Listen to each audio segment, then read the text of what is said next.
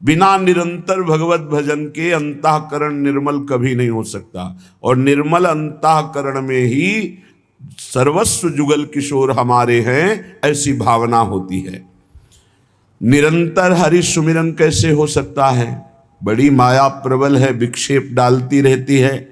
तो बोले साधु समागम सत्य करी, करे कलंक बिछो, परशुराम पारस परसी, भयो कनक ज्यो लोहो।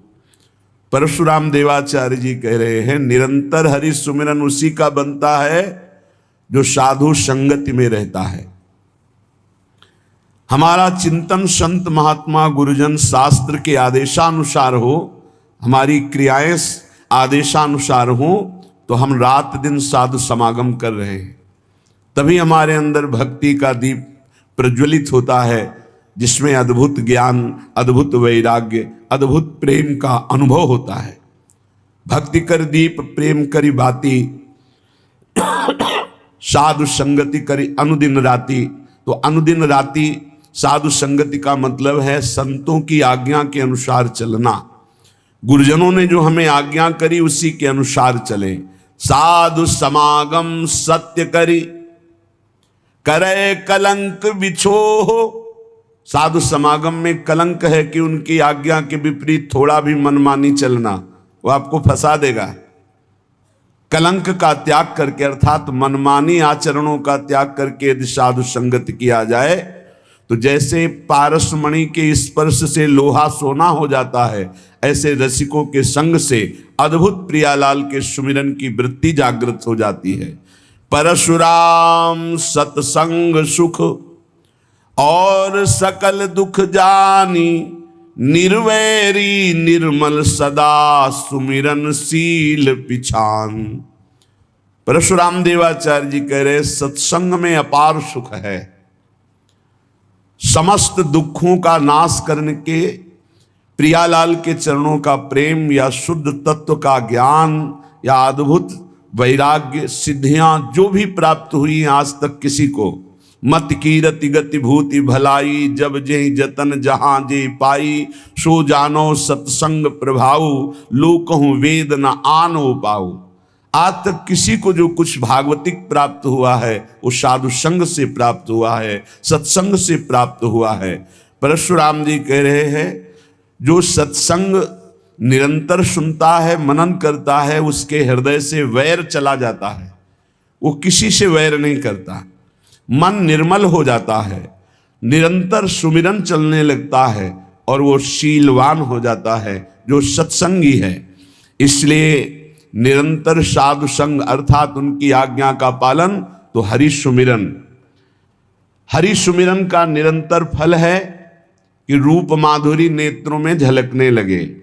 निरख निरख संपत्ति सुख है, सहज ही नैन सिराए, जीजत हैं बलि जाऊं या जग माही जस गाय। बलिहारी उन साधकों की, उन भक्तों की, उन उपासकों की जो संसार में जीवन धारण करके प्रियालाल के गुण गाकर जीते हैं। उनका जीवन ही है भगवत चर्चा सुनना, भगवत चर्चा करना, भगवत नाम जप करना, भगवत सेवा। तो उनके नेत्रों में प्रियालाल प्रकाशित हो जाते हैं।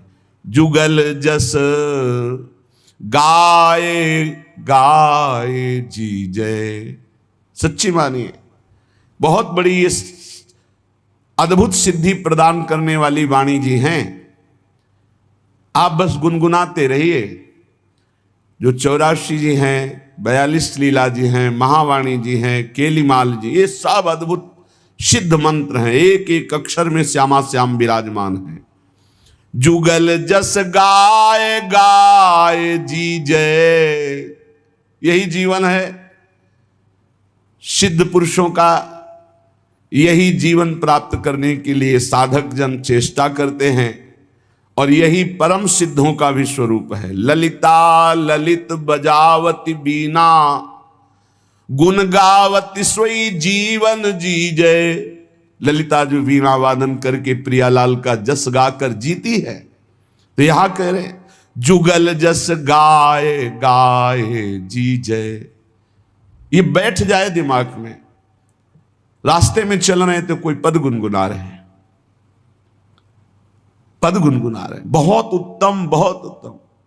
आज देखी ब्रज सुंदरी, मोहन बनी केली, अंश अंश बाहुदय किशोर जोर रूप राशि, मनोतमाल अरुझि रही सरस कनक बेली, मनोतमाल अरुझि रही सरस कनक बेली। महान अमृत तेरो ही ध्यान राधिका प्यारी, गोवर्धन धर लालही, कनक लता सी क्यों न विराजत, अरुझि श्याम तमालही। कभी रास के पद, कभी विलास के पद, कभी शोभा के पद, कभी वनगमन, कभी झूलन लीला, कहीं यमुना विहार, अद्भुत रास रस भरा हुआ है वाणी जी में। तो जुगल जस गाए गाए जी जय, बहुत अमृत। मान लो बात, इन पदों को कंठ में विराजमान कर लो, कभी यमदूत की फांसी नहीं लगेगी कंठ में। एक भी पद याद कर लो, प्रियालाल की प्राप्ति कराने में समर्थ है। कोई एक पद याद कर लो, कैसे अमृत है ये पद, कैसे अमृत है जब एकांत में इनका चिंतन होता है। महान रस से भरे हुए है। चल ही राधिके सुजान, तेरे हित सुख निधान, रास रच्यो श्याम तट कलिंद नंदिनी, मंजुल कल कुंज देश राधा, हरि विशद वेश राका, नव कुमुद बंधु शरद जामिनी, नंद के लाल हरियो मन मोर, अधर अरुण तेरे कैसे कह दुराऊं, अपनी बात मुसो कहिरी भामिनी। कोई पद उठा लो, गुनगुनाने लगो, ये आपके जीवन को निकुंज रस में डुबो देंगे। ये अद्भुत महिमा युक्त हैं, विश्वास करो, बस पकड़ लो, सत्संग की बात पकड़ लो। ये जीवन के परम लाभ की बात कह रहे हैं। परेशान रहते हैं, हमें काम वेदना है, हमारे अंदर ये विकार है। आप चतुरासी जी को अपना जीवन हार बना लीजिए, फिर आपका हारना बंद हो जाएगा, आप जीत जाएंगे। भाव जल निधि को नाव, इस भव समुद्र से पार होने के लिए नौका है। चतुरासी जी गा रहे, कभी 84 लाख योनियों में तुम्हारा जन्म नहीं होगा, छुट्टी 84 भ्रमंते निरख जुगल किशोर। भव जल निधि को नाव, काम पावक को पानी, काम रूपी अग्नि को शांत करने के लिए परम शीतल जल है चतुरासी जी। यदि चतुरासी जी गान करते हैं तो हृदय से काम वेदना का नाश हो जाएगा। बस लगना है। एक अभी आ रहे थे तो रास्ते में एक बोर्ड में लिखे हुए थे कि शब्द बहुत छोटा है लगन, शब्द बहुत छोटा है लगन, लेकिन बहुत बड़ी इसमें संपत्ति विराजमान है। लगन लग जाए, लगन लग जाए, फिर कुछ सुहाई नहीं देता। लागी लगन छूटे नहीं, जीभ चोंच बर जाए, मीठो कहा अंगार में, जाहि चकोर चबाए। चकोर अंगार खाता है, क्यों? उसको लगन लगी है चंद्रमा से मिलने की। समझ रहा है मैं उड़ के चंद्रमा तक नहीं पहुंच सकता, लेकिन यदि अंगार खा के भस्म हो गया तो शायद मेरे शरीर की राख को देवाधिदेव महादेव चिता की भस्म लगाते हैं, अगर कभी मस्तक पे लगा लिया तो वहीं मेरा प्रीतम चंद्रमा विराजमान है द्वितीया का। मुझे चंद्रमा से मिलन हो जाएगा, मरकर जलकर वो अपने प्रीतम से मिलना चाहता। यह है लगन। लागी लगन छूटे नहीं, जीभ चोच बर जाए, मीठो कहा अंगार में, जाहि चकोर चबाए। तो ये लगन प्रिया प्रीतम के रूप माधुरी सेवा रस का पान करने की लगन कैसे मिले श्यामा श्याम, कैसे मैं इस संसार रूपी दुख से छूटूं और अपने प्रीतम का साक्षात्कार पाऊं। ये लगन लग जाए, कैसे लगेगी?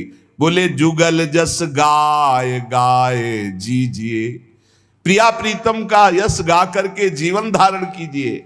या जग में बलि जाऊं अहो, अब जीवन फल लीजिए, जुगल जस गाए गाए जीजे। निरख निरख नयनन सुख संपत्ति, सहज सुकृत कीजिए, श्री हरि प्रिया बदन पर पानी वारी वारी पीजिए, जुगल जस गाय गाय जीजिए।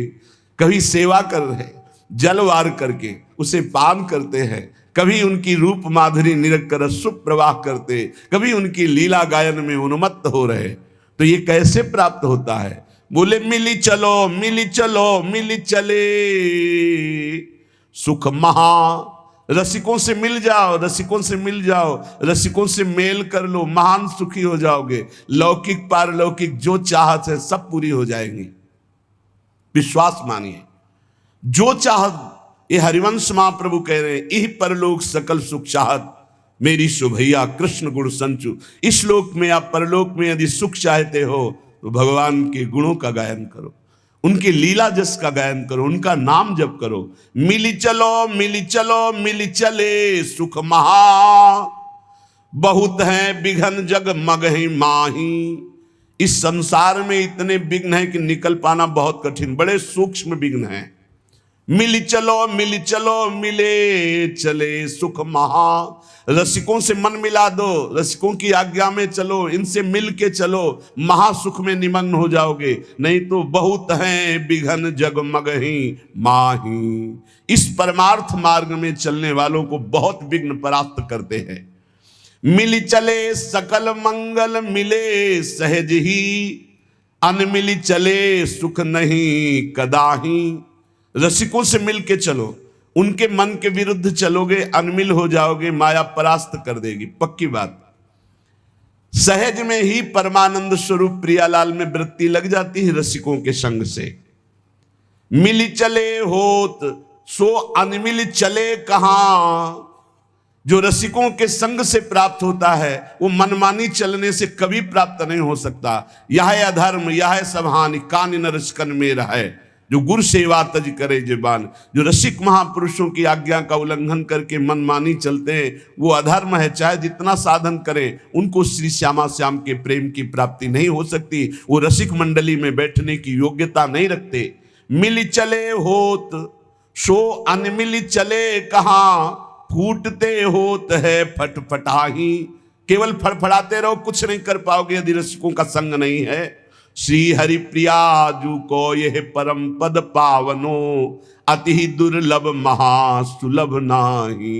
ये प्रिया प्रीतम का पद बड़ा दुर्लभ है, सुलभ नहीं। सुलभ उसी को है जिसने रसिकों का संग पा लिया, रसिकों के संग मिल करके चल रहे हैं।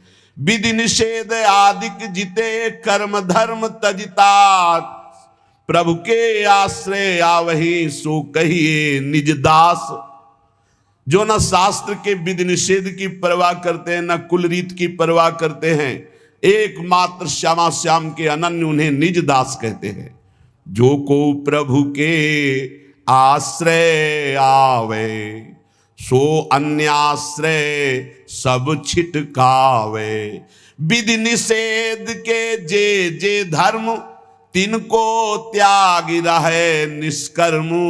झूठ क्रोध निंदा तज देही, बिना प्रसाद मुख और न लेही। प्रिया प्रीतम के जो निज दास हैं उनके क्या आचरण हैं? बोले वो केवल अपने प्रभु श्यामा श्याम के आश्रित रहते हैं, अन्य आश्रयों को त्याग देते हैं। शास्त्र के विधि निषेध के अनुसार नहीं, वो रसिकों की वाणी के अनुसार चलते हैं।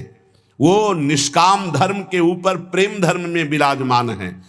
रसिकों का संग करने वाले उपासक को झूठ का त्याग कर देना चाहिए, झूठ नहीं बोलना चाहिए, क्रोध नहीं करना चाहिए, निंदा नहीं किसी की करनी चाहिए, ना सुननी चाहिए।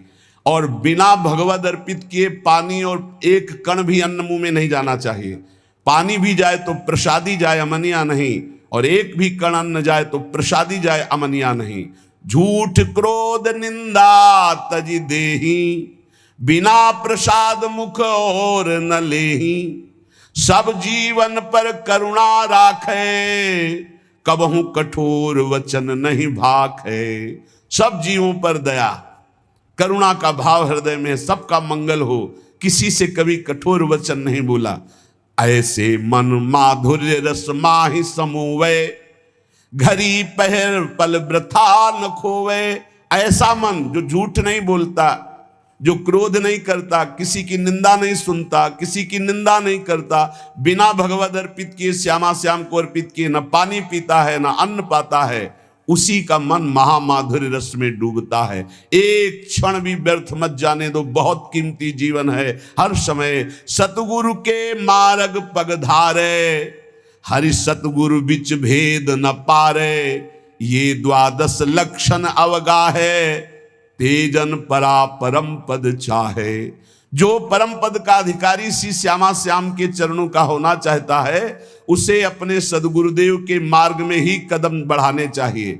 हरि और सदगुरुदेव में भेद नहीं है। जिसके अंदर ये 12 लक्षण होते हैं वो प्रिया प्रीतम का निज दास कहलाता है। जो ऊपर बताए गए, पहला अन्याश्रय त्यागी, अनन्याश्रय विनिषेध त्यागी, नाना प्रकार के कर्म फल त्यागी, झूठ त्यागी, क्रोध त्यागी, निंदा त्यागी, और अपने देही का राग त्याग करके भगवत प्रसाद रूप ही जल और भोजन लेना, सब जीवों पर करुणा करना, कभी कठोर वचन ना बोलना, और माधुर्य रस में डूबे हुए लीला गायन करना, एक पल भी कभी भगवान नाम ना भूलना, सतगुरु के मार्ग पर चलना, उनकी आज्ञा अनुसार चलना, हरि और सदगुरु को समान भाव से चलना, ये द्वादश लक्षण अवगाहे, तेजन परा परम पद चाहे। वो परा परम पद का अधिकारी हो जाता है, उसके हृदय में भगवत प्रेम प्रकाशित हो जाता है। श्री हरिप्रिया जी कहते हैं, उपासक को दिष्टक दीखे बिनसतो अविनाशी हरिनाम,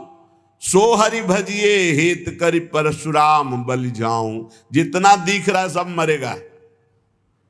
दिष्टक, तुम्हारी दृष्टि में दिखे बिनसतो, जितना देख रहे हो इसका विनाश होगा, हर क्षण हो रहा है। जो कल रूप था वो आज रूप नहीं है। जो कल से आज तक कितने घंटे, कितने मिनट, कितनी श्वासें हमारे जीवन से कम हो गई, ऐसे ही सर्वस्व का नाश हो रहा है। ये अशाश्वतम, जितना देख रहे हो सब नाशवान है, सब मरेगा। बस रोज मर रहा है, प्रतिपल मर रहा है, हमारी श्वासें जा रही, हमारा जीवन नष्ट हो रहा है, हम नजदीक पहुंच रहे हैं मृत्यु के। इसलिए सत्य है हरि भजन। हरि भजिए हेत करी परशुराम बलि जाऊं। परशुराम देवाचार्य जी कहते मैं बलिहारी जाता हूं, हरि भज लो। जितना तुम देखने में लगे हो, ये मकान, ये दुकान, ये रुपया, ये पैसा, ये केवल जीवन जीने के लिए है, लेकिन जीवन किसके लिए है? हरि के लिए। हरि भजो, सब कर्म हरि को समर्पित करो। सर्व सिद्धि की सिद्धि हरि सब साधन को मूल, सर्व सिद्ध सिद्धार्थ हरि सिद्धि बिना सब स्थूल। सब साधनाओं की सिद्धि है हरि का भजन निरंतर। हरि सब सिद्धों के मूल है, सब सुखों के मूल है। यदि हरि को भूल गए, हरि भजन नहीं किया मनुष्य जन्म पा करके, तो बोले सब स्थूल जितना देख रहे हो इसका नाशवान होगा। सबको पाले पोस दें, सबको सिरजनहार, पर सासो न विसारिए हरि भज बारंबार। सबको पोषित करते हैं, सबका पालन करते हैं, सबकी रचना करते हैं, सबको अपने में लय कर लेते हैं। ऐसे सृजनहार श्री हरि का निरंतर भजन करो। हरि सुमिरन करिए निस्तरिए, हरि सुमिरन बिन पार न पाइए। हरि भजन कर लो तो माया से दूर हो जाओगे, पार हो जाओगे। और अगर हरि भजन नहीं किया तो ताकत नहीं है कि काम क्रोध लोभ मोह मद मत्सर से पार हुआ जाए। हरि सुमिरै सोई हरि नाती, हरि न भजै सोई आत्म घाती। जो हरि का सुमिरन करे वही हरि का संबंधी, नाती मन नाता, वही हरि का संबंधी जो हरि का सुमिरन करे। और जो हरि का सुमिरन नहीं करता वो आत्मघाती है। जो न तरे भव सागर अस समाज नर पाए, स्वति निंदक मंदमति आत्महनन गति जाए। वो आत्महत्यारे की जो दुर्गति होती वही दुर्गति होती उसकी जो जीवन मनुष्य का मिला और भजन करके भगवान की प्राप्ति ना किया, केवल संसार के राग रंग में मगन रहा, वो आत्मघाती है।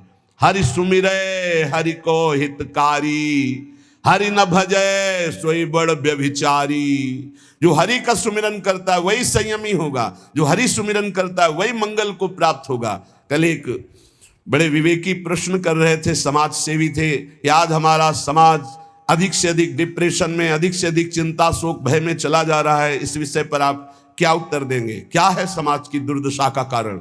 एक शब्द है, भ्रष्ट आचरण। बस वो अधर्म का धन लेना, व्यसन करना, व्यभिचार करना, नाना प्रकार की दुराचार प्रवृत्तियों को देखना, सुनना, बोलना, क्रिया में लाना, बस एक शब्द है भ्रष्ट आचरण। जो नशे से युक्त है, जो व्यभिचार से युक्त है, जो नाना प्रकार की कुमार्गामियों की प्रवृत्तियों से युक्त है, जो अधर्म का घूस पैसा लेता है, वो कभी चिंता शोक भय रहित हो सकता है? कभी नहीं हो सकता। वो जाएगा डिप्रेशन में, आज नहीं तो कल जाएगा, क्योंकि तुम्हारा मन ही तुम्हें दंड देगा। जो तुम भगवत विरुद्ध आचरण करोगे तो तुम्हारा मन ही तुम्हारा नाश करने वाला शत्रु बन जाएगा। अगर भगवत भजन करोगे तो तुम्हारा मन तुम्हारा मित्र बन के परमानंद सुख प्रदान करेगा। हरि सुमिरै हरि को हितकारी, हरि न भजय सोई बड़ व्यभिचारी। ये व्यभिचार दोष, नाना प्रकार के भ्रष्ट आचरण क्यों आते हैं? क्योंकि सर्वलोक महेश्वर भगवान का विस्मरण कर दिया, भगवत भजन नहीं करते। हरि सुमिरै सेवक सुख नामी, हरि न भजय सो लोन हरामी। जो हरि का भजन करे वही सेवक है, वही सुख में डूबेगा, और जो हरि का भजन नहीं करेगा ऐसे नमक हरामों को माया दंड देगी। जिनमु को तन दियो ताको न भजन कियो, ऐसो नोन हरामी, मौसम कौन कुटिल खल कामी। शिशुदास जी, परशुराम देवाचार्य जी, हरि सुमिरै सेवक सुख नामी, हरि न भजय सोई लोन हरामी। नमक हराम है वो। भगवान ने तुम्हें मानव तन दिया जीवन मुक्त होने के लिए, फिर उसी राग रंग में फंसकर 84 लाख योनियों में जा रहे हो, स्वामी का सुमिरन नहीं कर रहे। परसा हरि सुमिरन हरि दोषी, हरि न भजय सोई बड़ भारी दोषी। जो बड़े दोषों से युक्त है वो हरि विमुख हैं, जो हरि विमुख हैं बड़े बड़े दोषों से युक्त हो जाएंगे। जो परशुराम देवाचार्य जी कहते, जो हरि का सुमिरन करते वही आनंद संतोष को प्राप्त होते। जब कबहू मन हरि भजय तब ही जाई छूटे, ना तर जग जंजाल ते कबहू न विधूटे। जिस समय तुम्हें सत्संग मिले उसी दिन से पकड़ लो नाम जपना, राधा राधा हरि हरि राम कृष्ण हरि, जो नाम प्रिय हो। आज से अगर पकड़ लिया तो छूट जाओगे संसार से। अभी प्राण निकल जाए, राधा बोला, हरि बोला, राम बोला, कृष्ण बोला, तो अभी हमारा मंगल हो जाएगा। मान लो पुत्र के बहाने नारायण बुलाया तो भगवत प्राप्ति हो गई, और भाव से हरि हरि भजोगे तुम्हें भगवत प्राप्ति क्यों नहीं हो जाएगी? काम क्रोध मद लोभ सो बैरी सिर कूटे, हरि बिनु माया मोह को तंतु नहीं टूटे। बिना हरि भजन के ये खोपड़ी कूटते रहते हैं, काम क्रोध लोभ मोह मद मत्सर अंदर ही अंदर भारी पीड़ा देते रहते हैं। बिना हरि भजन के माया ऐसी मोह की रस्सियों से बांधे जैसे बैल को बांध के चलाया जाता है। इसलिए हरस शोक संतापते निज नेह न खूटे, हरि निर्मल नीर न ठाहरे मन बारुनि फूटे। यदि हरि भजन नहीं करोगे तो मन जैसे मदिरा में उन्मत्त हो जाता है, ऐसे काम में उन्मत्त हो जाएगा, क्रोध में उन्मत्त हो जाएगा, मोह में उन्मत्त हो जाएगा। सोच मोह संशय सदा सर्पिन ज्यों चूटे, परसा प्रभु बिन जीव को दुख सुख मिली लूटे। ये माया सर्पिणी डस लिया है, विषय रूपी जहर चढ़ गया है और दुख सुख रूपी लहरें आ रही हैं। अगर सदगुरु रूपी गारुणी मिल जाए और वो झाड़ करके हमें नाम मंत्र दे दे कृपा करके, तो माया सर्पिणी का विष उतर जाए, हम अखंड प्रसन्नता जो हमारा सहज स्वरूप है हम उसको प्राप्त कर ले। संत सदगुरुदेव की सेवा में अपने जीवन को समर्पित करना बहुत कठिन बात है। संत सेवा कोई खिलवाड़ नहीं है। भगवत सेवा कर सकते हो लेकिन संत सेवा नहीं कर सकते, बहुत कठिन है संत सेवा। श्री श्यामानंद जी के परम प्रिय शिष्य श्री रसिक मुरारी जी थे। हृदयानंद जी के शिष्य श्री श्यामानंद जी, उनके शिष्य श्री रसिक मुरारी जी। गुरुदेव ने जो मंत्र और नाम दिया इसका जो निरंतर जप करते महाबलशाली हो जाते हैं। श्यामानंद जी ने जो भजन पद्धति बताई, जो मंत्र बताया, जो नाम बताया, लग गए रात दिन उसी में रसिक मुरारी जी, तो गुरु प्रदत्त भजन से महाबलवान हो गए। जो भजन से युक्त होता है, गुरु प्रसाद गुरु कृपा होती, उसी के द्वारा भक्ति का अद्भुत प्रचार होता है। उस समय लुप्त हो चुकी थी भक्ति मानो, तो श्री गुरु की कृपा एवं गुरु प्रदत्त भजन के बल से संत सेवा, भगवत यश गायन और भक्ति का अद्भुत प्रताप श्री रसिक मुरारी जी ने प्रकट किया। रसिक मुरारी साधु सेवा विस्तार कियो, पावे कौन पार रीति भांति कछु न्यारी है। संत चरणामृत के माट गृह भरे रहें, ताही को प्रणाम पूजा करी उर्धारी है। आवे हरिदास तिने देत सुख रास, जीव एक ना प्रकाश सकै थकै सो विचारिये। करे गुरु उत्सव ले दिन मान सवे को, द्वादश दिवस जन घटा लागी प्यारिये। रसिक मुरारी जी भजन बल गुरुदेव का प्राप्त किया। फिर एक दिन गुरुदेव से पूछा, हरि कैसे प्रसन्न होते हैं? तो उनका साधु सेवा से। यदि साधु सेवा नियम पूर्वक, दैन्यता पूर्वक, भाव पूर्वक की जाए तो भगवान संतों की जिह्वा से ही प्रसाद पाते हैं।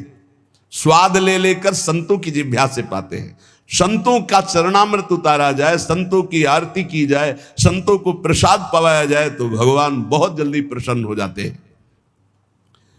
गुरु आज्ञा श्री रसिक मुरारी जी ने संत सेवा का बड़ा ही विस्तार किया। रोज संतों का निमंत्रण। और आपको बताए, धनी बनना हो तो बिल्कुल सरल उपाय है, अकाट्य उपाय है। धनी सब बनना चाहते लेकिन पाप करके बनना चाहते, अधर्म करके बनना चाहते, दूसरों को लूट करके। हाँ, बोले शॉर्टकट से, तो शॉर्टकट से ऐसा मरोगे कि फिर निकलने को नहीं मिलेगा इस माया समुद्र से। ध्यान रखना, ये जो सोचते हैं ना बहुत जल्दी धनी बन जाने के लिए, एक उपाय है, बहुत जल्दी कृपा हो जाएगी, बहुत जल्दी धनी बन जाओगे। क्या? संतों की सेवा शुरू कर दो। श्री नथियाबाई जी जब वृंदावन आई तो महिमा सुनने को मिली संत सेवा। तो उनका मुझ गरीब से क्या संत सेवा होगी, तो चून मांग के लाती, उपला बिन लेती, उससे रोटी बनाती। और कोई भिक्षा जाता होता करने, साधु बुलाए, बाबा आ जा, मोटी मोटी लाल लाल रोटी सेक कर पवाती। अब धीरे धीरे भिक्षा से जाने वाले साधु उनके यहाँ जाने लगे। रोज मांगना, मांग कर लाना, बनाना, पवाना।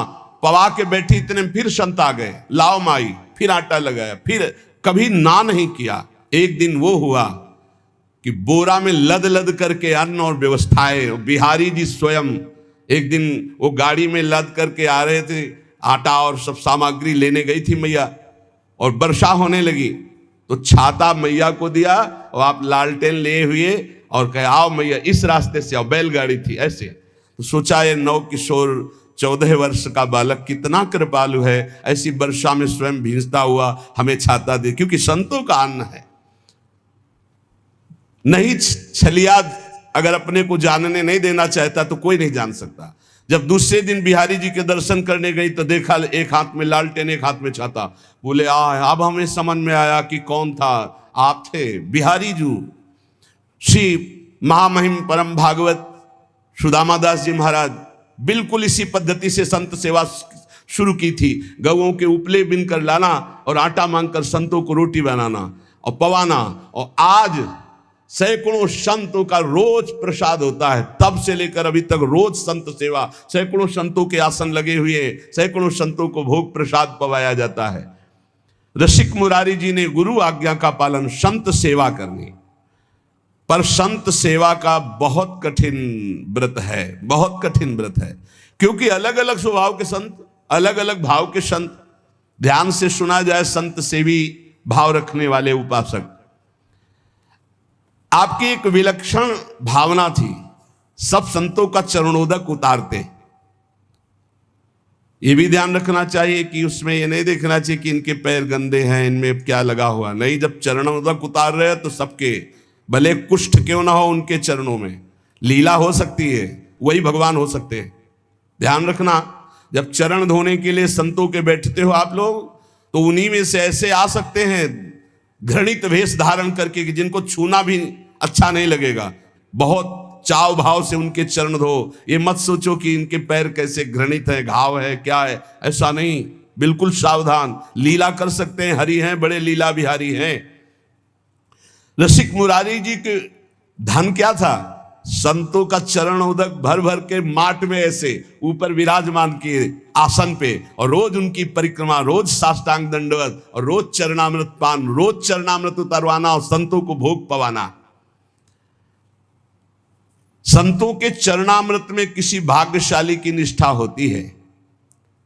मटकों में भर भर के रख के जैसे कोई अब संपत्ति रखता है, ऐसे बड़ी कृपा है, गुरुजनों की बड़ी कृपा है जिनको संत चरणामृत में।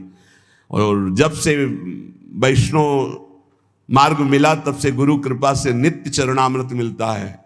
500 वर्ष पहले महापुरुषों के जो चरणामृत है वो आ करके अपने आप कृपा करके दे गए। ये तुलसीदास जी का चरणामृत है, ये अमुक संत का चरणामृत है। तो गुरु कृपा से बहुत से पात्रों में चरणामृत ऐसे रखा, रोज दर्शन, रोज पान, रोज सौभाग्य मिलता है। चरणामृत उसकी पूजा करते, आरती उतारते, परिक्रमा करते, दंडवत करते संतों के चरणामृत की। चरणामृत की निष्ठा जबान में सबसे पहले चरणामृत। कई बार ये लीला होती, वहां अलग चरणामृत, यहां अलग चरणामृत रखा, पहले चरणामृत, फिर जो कुछ बाल भोग जो भी मिले, पहले चरणामृत, भोजन तो पहले चरणामृत। चरणामृत की निष्ठा होनी चाहिए, ऐसा नहीं कि भोजन देखा टूट पड़े।